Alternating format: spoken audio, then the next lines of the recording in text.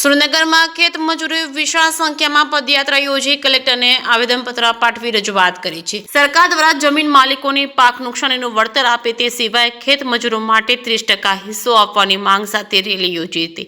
સુરેન્દ્રનગરમાં ખેત મજૂરોના હક માટે જિલ્લા કોંગ્રેસ સમિતિના જિલ્લા પ્રમુખ નૌશાદભાઈ સોલંકી, કોંગ્રેસના ચોટીલાના પૂર્વ ધારાસભ્ય ઋત્વિક મકવાણા, શહેર પ્રમુખ મહેન્દ્રભાઈ વકીલ તેમજ વિક્રમભાઈ રબારી સહિતના કોંગ્રેસના અગ્રણીઓ, આગેવાનો સહિત આદિવાસી પરિવાર મજૂર સંગઠનના હોદ્દેદારો વિશાળ સંખ્યામાં ખેત મજૂરો પદયાત્રામાં જોડાયા હતા। આ પદયાત્રા શહેરની મહાત્મા ગાંધી હોસ્પિટલથી કલેક્ટર કચેરી સુધી યોજવામાં આવી હતી। કલેક્ટરને આવેદનપત્ર પાઠવી રજૂઆત કરવામાં આવી હતી। ગુજરાતના ખેતી ક્ષેત્રે ભાગ્ય કે ઉચ્ચરક મજૂર પર કામ કરતા લાખો દલિત, આદિવાસી અને પછાત વર્ગના ભૂમિહીન ખેત મજૂરો આજે આર્થિક પાયમાલીનો સામનો કરી રહ્યા છે। ખેતીની પ્રવર્તમાન પદ્ધતિ મુજબ જમીન માલિકો માત્ર રોકાણ કરે છે, જ્યારે વાવણીથી લઈ લણી સુધીની રાત દિવસની સખત મજૂરી આંખે મજૂરો કરે છે। જ્યારે અતિવૃષ્ટિ, વાવાઝોડું કે દુકાળ જેવી કુદરતી આફતો આવે ત્યારે સરકાર દ્વારા SDRF અને NDRF અંતર્ગત ચૂકવવામાં આવતી સહાય સીધી જમીન માલિકના ખાતામાં જમા થાય છે। તે યોગ્ય જ છે। પાક નિષ્ફળ જાય ત્યારે જમીન માલિકને સહાય મળે છે, પરંતુ જેમણે પરસેવો પાડી મહેનત કરી છે તેવા મજૂરને 1 રૂપિયો પણ મળતો નથી। મજૂરના હિસ્સાની મહેનત પણ પાક સાથે નિષ્ફળ જાય છે, જેના કારણે દેવાના ડુંગર નીચે દબાઈ રહ્યો છે। માંગણી છે કે સરકાર દ્વારા જમીન માલિકોને અપાતી સહાય સિવાયના વધારાનું પેકેજ જાહેર કરી 30% રકમ અલગથી ખેત મજૂર અને ભાગ્યાને ચૂકવવામાં આવે તે પ્રમાણેની વ્યવસ્થા કરવી કે કાયદો બનાવી મજૂરોને ન્યાય મળે તે માટે ઘટતું કરવા વિનંતી। આ ન્યાયિક માંગણી સાથે સુરેન્દ્રનગર ખાતે સુરેન્દ્રનગર જિલ્લા કોંગ્રેસ સમિતિ તથા આદિવાસી પરિવાર મજૂર સંગઠનના સંયુક્ત રીતે વિશાળ સંખ્યામાં પદયાત્રા યોજી કલેક્ટર મનોજ દવેને આવેદનપત્ર પાઠવી રજૂઆત કરી હતી। ખેત મજૂરોએ પોતાની આશા વ્યક્ત કરી હતી અને હવે સરકાર ગરીબ મજૂરોની વેદના સમજશે અને ન્યાય આપશે। JK સિંઘ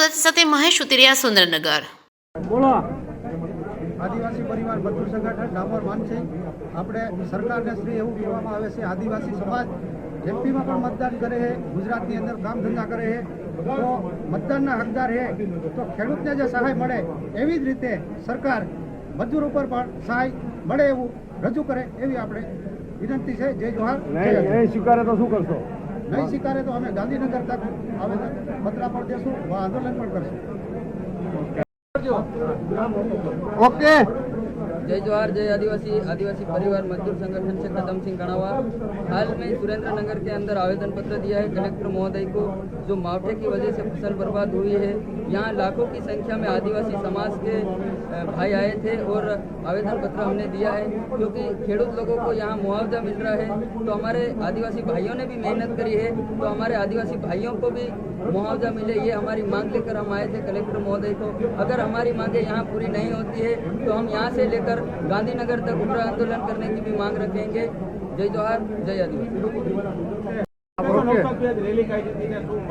ગુજરાતની અંદર આજુબાજુના રાજ્યોમાંથી ખાસ કરીને MP, રાજસ્થાન, આપણું ગોધરા, છોટાઉદેપુર, દાહોદ આ બધા આદિવાસી વિસ્તારમાંથી લગભગ 1 લાખ પરિવારો ગુજરાતની અંદર ભાગ્યા ખેતી તરીકે આવે છે અને જમીન માલિકો પાસે લોકો 30%, 25%ના ભાગ્યા ખેતરની લોકો ખેતી રાખે છે।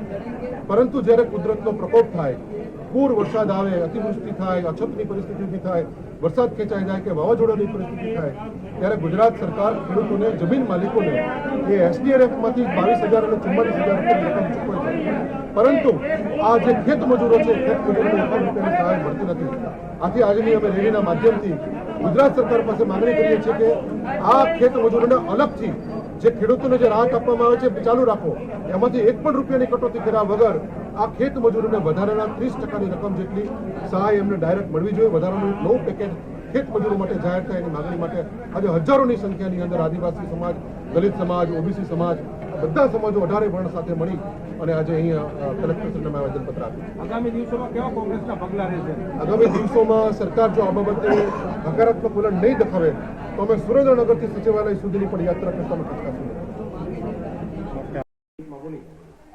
આજે સુરેન્દ્રનગર જિલ્લાના કોંગ્રેસ સમિતિ દ્વારા અમારે આવેદનપત્ર આપીને રજૂઆત કરેલ છે કે જે ખેતીમાં નુકસાન બાબતેની રકમો ચૂકવાય છે તેમાં જે વાડી કે ખેતરો ભાગે રાખનાર બાકીના જે બહારથી મજૂરો આવે છે એમને પણ સહાય યોગ્ય તે ચૂકવવી જોઈએ એ પ્રકારનું આવેદનપત્ર અમને અત્યારે રજૂ થયું છે, જેની આગળ કાર્યવાહી અર્થે